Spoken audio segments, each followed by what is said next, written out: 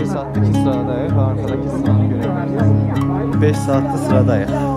5 saat. Evet, Gizirvəyə gəldik, çatdıq.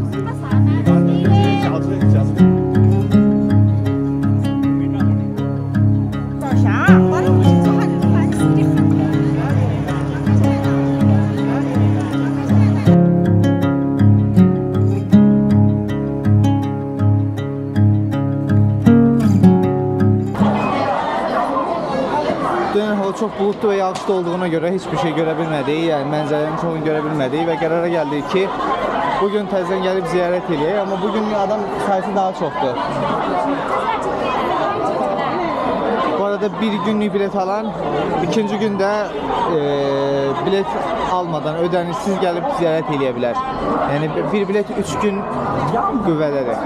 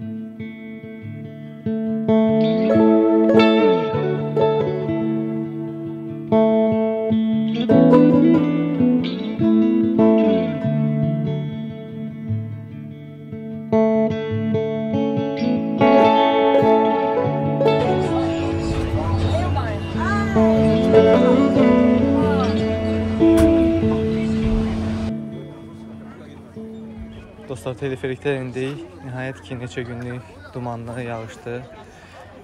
Havadan sonra Xuanşəndə günəş açdı.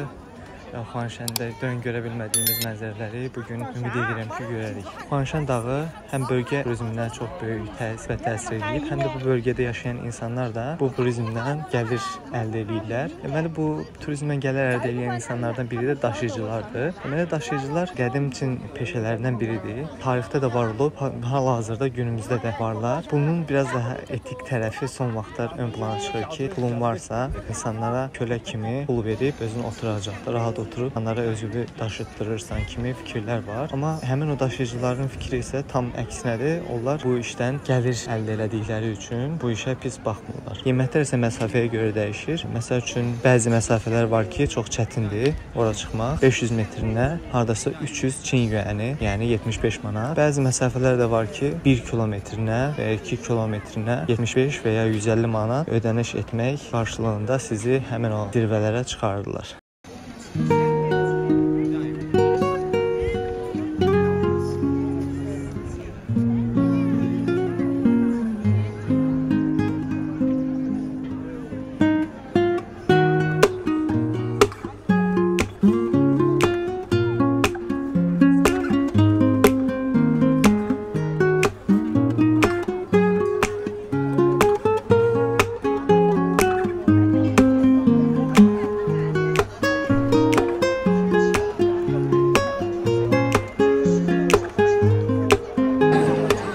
Bugün hava yaxşıdır deyənə çox insan var, biraz gəzmək çətin olur.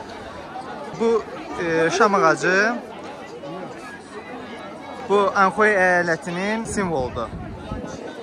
Arkada da buludlar çox gözəl hərəkət edir. Gedək.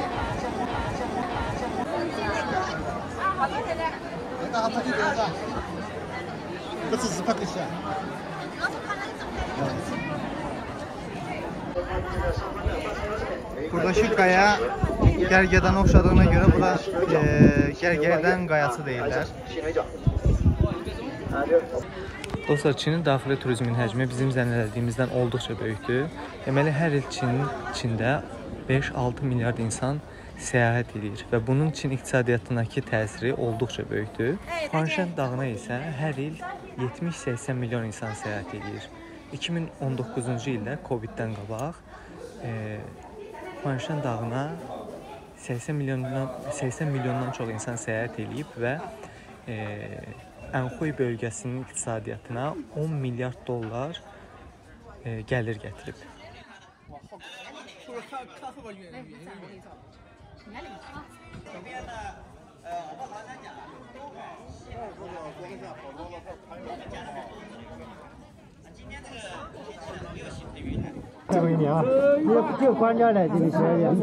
Yuxarıdakı yol dar və çox dik olduğuna görə çox təhlükəlidir. Ona görə çox adam buraxmırlar. Sırayla gedirik. 1 saatlik sıradayıq və arxadakı sıranı görə bilərsiniz.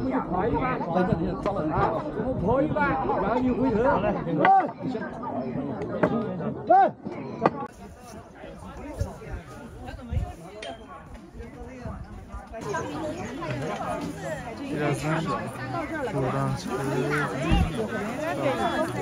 yuxarı gəlib bura çıxacaq.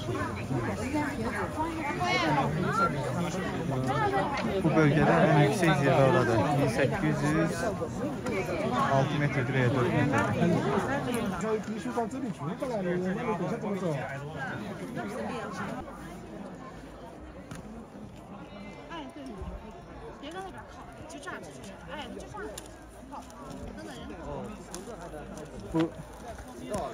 Bura çıxacaq. Çox yaxın görsənir, amma 3 saatlıq yol imiş.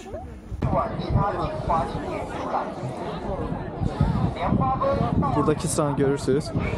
Hardasa 1 saat yarımdan çox vaxt gözləmişik ki, ta yuxarıdakı buradan görsənmir.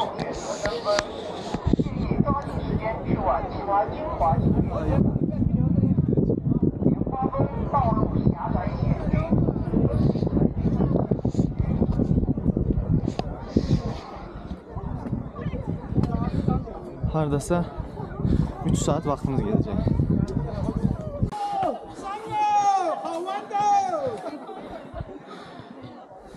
Dırmaşmağa başladıq.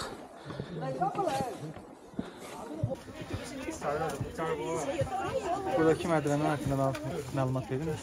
Çox dardır və çox dikdir. Həqiqətən aşağı baxanda biraz insan ürpərir. Deməli ümumi bu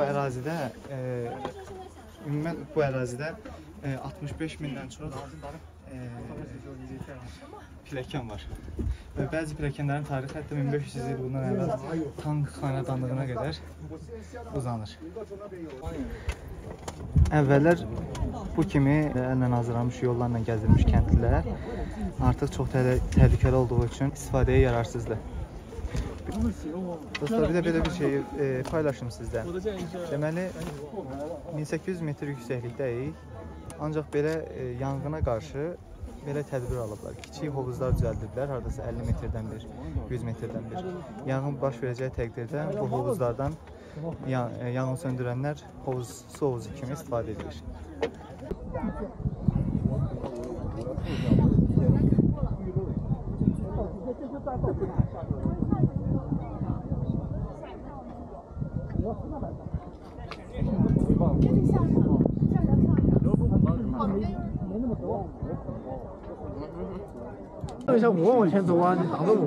Saat 11-dən sıradayıq. Hal-hazırda saat 3-ün yarısıdır.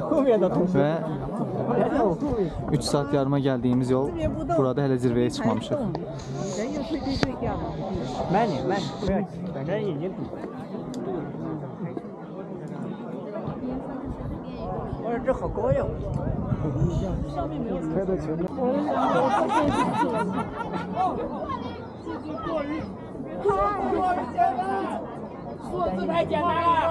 Son 60 metr qalıb zirvəyə. Yəni zirvə burada. Dostlar, burada şam ağacı görürsünüz. Bu şam ağacının adı Pinus xuanshanensisdir. Yəni sırf bu bölgədə daha çox olduğuna görə dünyada da bu adla tanınır. Yəni bu bölgənin adı ilə tanınır. Bu gördüyünüz qayalıqlar isə 30 milyon il bundan qabaq Avraziya lövhəsi ilə Pasifik lövhəsi bir-birinə toqquşaraq bu qayalıqların əmələ gəlməsinə səbəb olub. 3 milyon il bundan qabaq isə burada buzluq olduğu üçün buzların əriməsi nəticəsində də qayalıqlar bu şəklini alıb. Sağ olsun Fatih Altaylı, Cəlal Şəngöl, İlbər Ortaylı və digər bilim insanlarını həyatımıza daxil elədiyi üçün daha maraqlı olur gəzintilərimiz. Daha çox məlumatlıyıq bəzi şeylərin haqqında. Və bu da bizə daha çox zövq verir.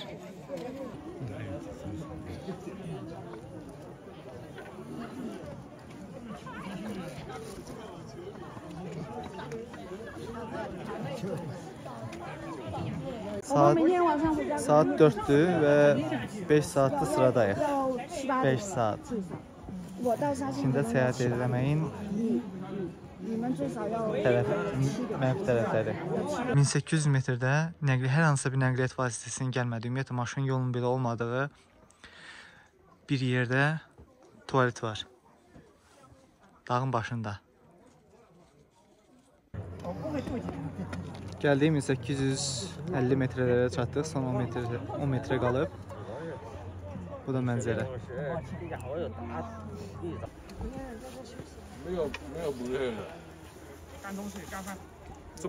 前面他妈走不动，他那。 Nəhayət ki zirvəyə gəldik, çatdıq. Zirvə burasıymış. 练会儿风啊，练会儿 5 那个 saat 光明顶。 gözləməyə dəyərmi dəyməz. 嗯。 Bu qədər çox adamın sıraya keçib zirvədə şəkil çəkdirməyə gözləməsi bir səbəbi var imiş. Səbəbi isə odur ki, bu zirvə sadəcə 5 ildən bir açılır və təhlükəli olduğuna görə, çıxmaq təhlükəli olduğuna görə 5 ildən bir bağlanır və daha doğrusu 5 ildən bir açılır və geri qalan müddətdə təmir edilir.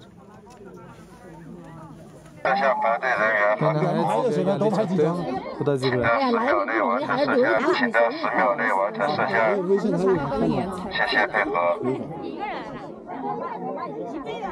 打卡摄像排队人员好，谢谢啊，好，谢谢。 Deməli, burada işləyən görevli dağdan gələn bütün turistlərə belə bir kökə hədiyyə edir ki, artıq gec gəlmişsiniz dağdan.